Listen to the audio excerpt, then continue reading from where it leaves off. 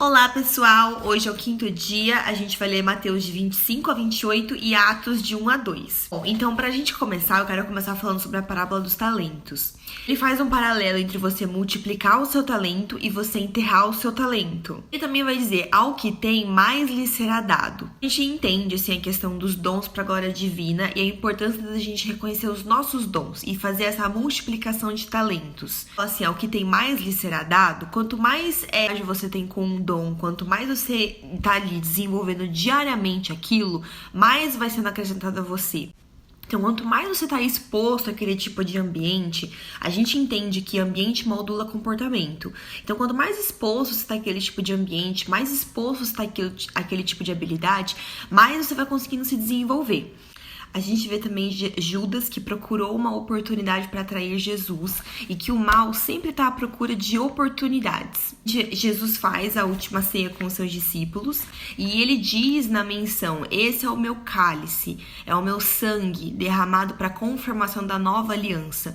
Então a gente vê que desde o Antigo Testamento, tanto na época de Moisés, no estabelecimento da lei ou até antes, uma aliança era feita através de sangue. Uma aliança, para ela entrar em vigor, uma aliança para ela passar a valer, ela precisa de sangue. E o sangue da nova aliança derramado era o sangue de Jesus. E Jesus diz, esse é o meu sangue derramado em favor de muitos para perdão de pecados. Vê que é através do sangue de Jesus que existe a remissão de pecados. Então, para remissão de pecados, era necessário sangue, tanto no Antigo Testamento, com os sacrifícios do templo, quanto do Novo Testamento. E Jesus foi o sacrifício perfeito. Ele foi o sacrifício definitivo. O sangue dele foi suficiente para a remissão dos pecados de toda a humanidade.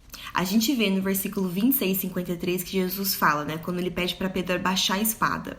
E ele fala, você não percebe que se eu quisesse, eu poderia pedir para o meu pai e ele enviaria milhares de anjos para nos proteger? Então a gente não percebe a realidade espiritual que tem ao nosso redor.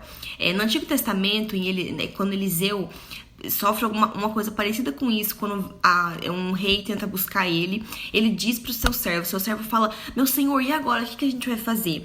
E aí Eliseu ora pedindo para que Deus abrisse os olhos espirituais do seu servo, e quando o servo tem os seus olhos abertos, ele vê muitas carruagens de fogo, invisíveis a olho nu, mas perceptíveis no mundo espiritual, que estavam ali prontos para defender Eliseu e o seu servo. Jesus falou sobre essa categoria espiritual de proteção e muitas vezes a gente não tem esse tipo de entendimento. Um ponto que vale a pena a gente prestar um pouco de atenção é que os líderes religiosos, na cabeça deles, eles não estavam fazendo nada de errado. Eles estavam defendendo a sua fé e o seu judaísmo. Então, quando eles se opunham a Jesus e ao que Jesus representava, na cabeça deles, eles não estavam fazendo absolutamente nada de errado. Um paralelo de Judas que se encheu de remorso, de culpa pelo que ele havia feito, e existe uma diferença entre remorso e arrependimento. O arrependimento, ele é uma mudança de mentalidade que resulta numa mudança de comportamento. O arrependimento, ele produz uma atitude de mudança. Já o remorso, não. A culpa não produz essa mudança de mentalidade que resulta numa mudança de comportamento. Não tem essa ação. Quando Pilatos entra em cena, uma coisa que eu queria dizer é como olha a diferença de uma percepção, de um olhar neutro numa situação. Pilatos não tinha a fé de Jesus e dos judeus. Então, quando ele olhava de fora, ele olhava de uma perspectiva completamente neutra da situação. Então, quando ele olha para a situação que estava acontecendo, pelo cenário entre Jesus e os líderes religiosos que queriam a morte de Jesus, ele enxerga uma única coisa: puramente inveja. A gente vê a volatilidade do sentimento das multidões, como elas são influenciáveis. Um dia elas amavam Jesus, queriam que ela fosse o rei deles, e no outro elas tinham sido influenciadas pelos líderes religiosos para pedir a morte de Jesus. Então essa inconstância entre amor e ódio nos mostra que se a gente se deixar ser levado pelo que as pessoas de fora possam pensar, por isso que a opinião das pessoas Qual a opinião das pessoas que realmente importa? Das pessoas que realmente fazem parte da nossa vida. A opinião de Deus, a opinião de quem realmente ama você, de quem faz parte de você. Porque a opinião da multidão é muito influenciável. Podem transitar de amor e ódio em um piscar de olhos. A gente também vê uma outra questão, é a questão da influência que Jesus exercia. Eu já falei isso algumas vezes. E quando a gente fala do Império Romano, a gente precisa entender um pouquinho o pano de fundo da época. Como eu já falei, Israel era dominado pelo regimento do Império Romano. E existia assim, então, por exemplo, Pilatos, que era o governador da Judéia, ele estava representando o papel de Roma naquele lugar. Então, quando a gente vê as multidões entrando em alvoroço, por que Pilatos entregou Jesus? Porque ele não queria problema com os judeus, ele não queria rebelião das multidões, ele não queria rebelião das massas, porque isso representava problema para Roma. Rebelião de uma colônia que era vassala de Roma seria um problema, geraria custo militar, isso não era interessante, né? Deslocamento de exércitos, sensível, que é a parte da crucificação de Jesus. Eu fico emocionada toda vez que eu leio esse capítulo. Não assistiu Paixão de Cristo ainda, o filme sobre a crucificação de Jesus, assista, mas ainda assim que você consiga assistir, aquilo ainda não representou 100% do que Jesus sofreu. Jesus sofreu ainda mais do que aquilo. Jesus, a gente vê que ele teve uma morte incrivelmente rápida, né? Então, entre as 9 da manhã e até as 3 da tarde, que é onde tudo isso aconteceu, né, a crucificação, ele antes das 3 horas da tarde ele já tinha morrido. E muito pelo contrário, as pessoas que morriam por crucificação levavam até 3 dias, às vezes, para morrer. Tanto é que a gente vê depois nos capítulos que os soldados vêm quebrar os joelhos dos outros crucificados, porque era para acelerar o processo de morte deles. E Jesus nem precisou que isso acontecesse, porque quando os soldados foram quebrar os ossos dele, ele já tinha morrido. Como realmente ele já estava debilitado e muito fraco quando ele foi pendurado na cruz. O ponto que vale ser dito é que Jesus foi crucificado nu. Ele não foi crucificado com a tanguinha do filme, foi crucificado completamente nu, para escárnio e vergonha diante de todas as pessoas.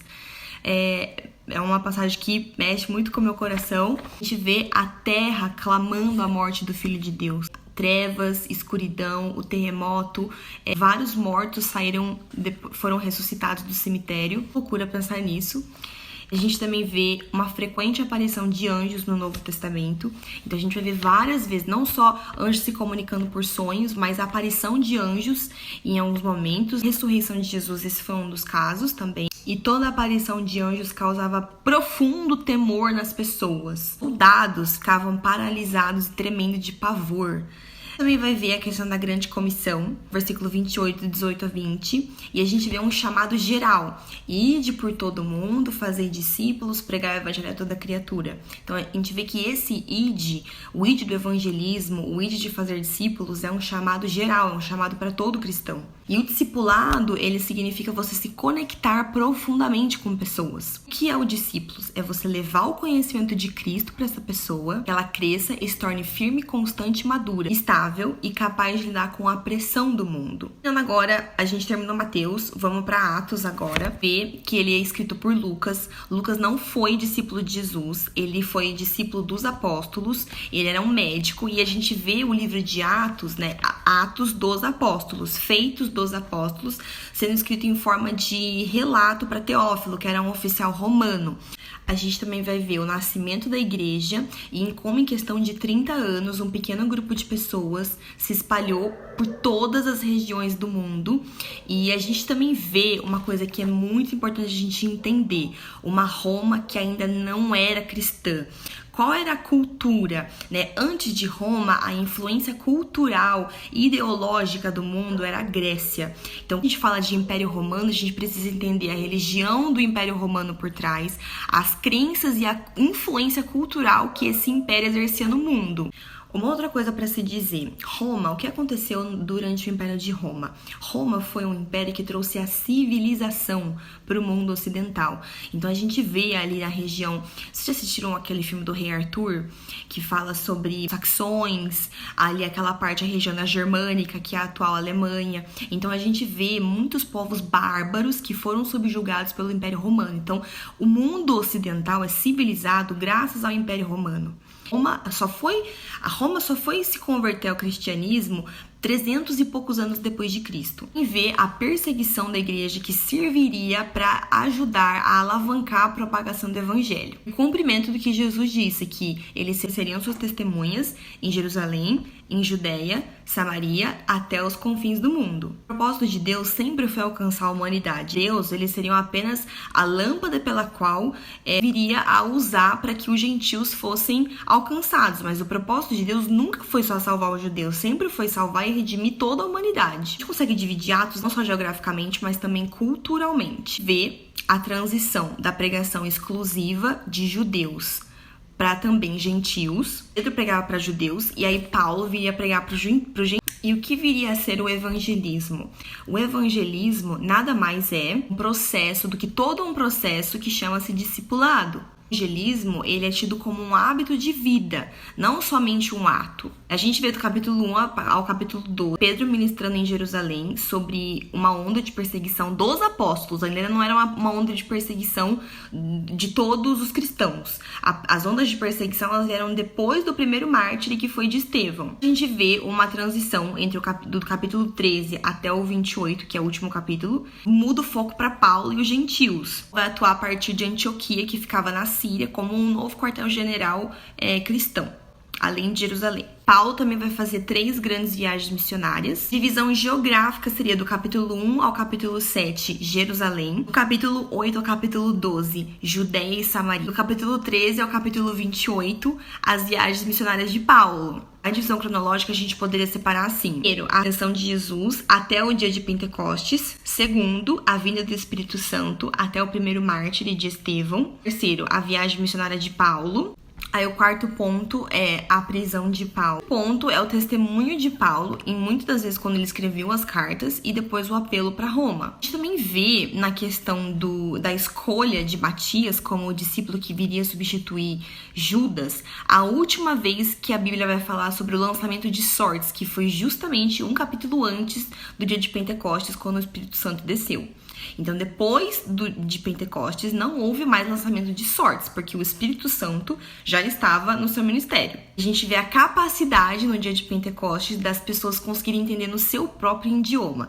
Então, não era só o falar em línguas dos anjos, mas as pessoas que estavam ao redor entendiam que eles estavam na sua própria língua.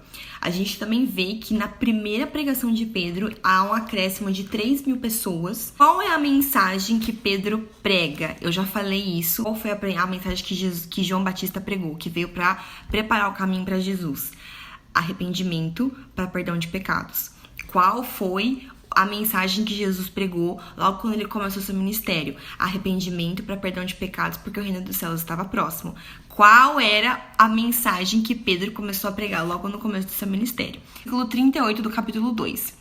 Vocês devem se arrepender para o perdão dos seus pecados, e cada um deve ser batizado em nome de Jesus Cristo. Então receberão a dádiva do Espírito Santo. Então, mais uma vez a gente vê que a mensagem que é pregada é uma mensagem de arrependimento para perdão de pecados.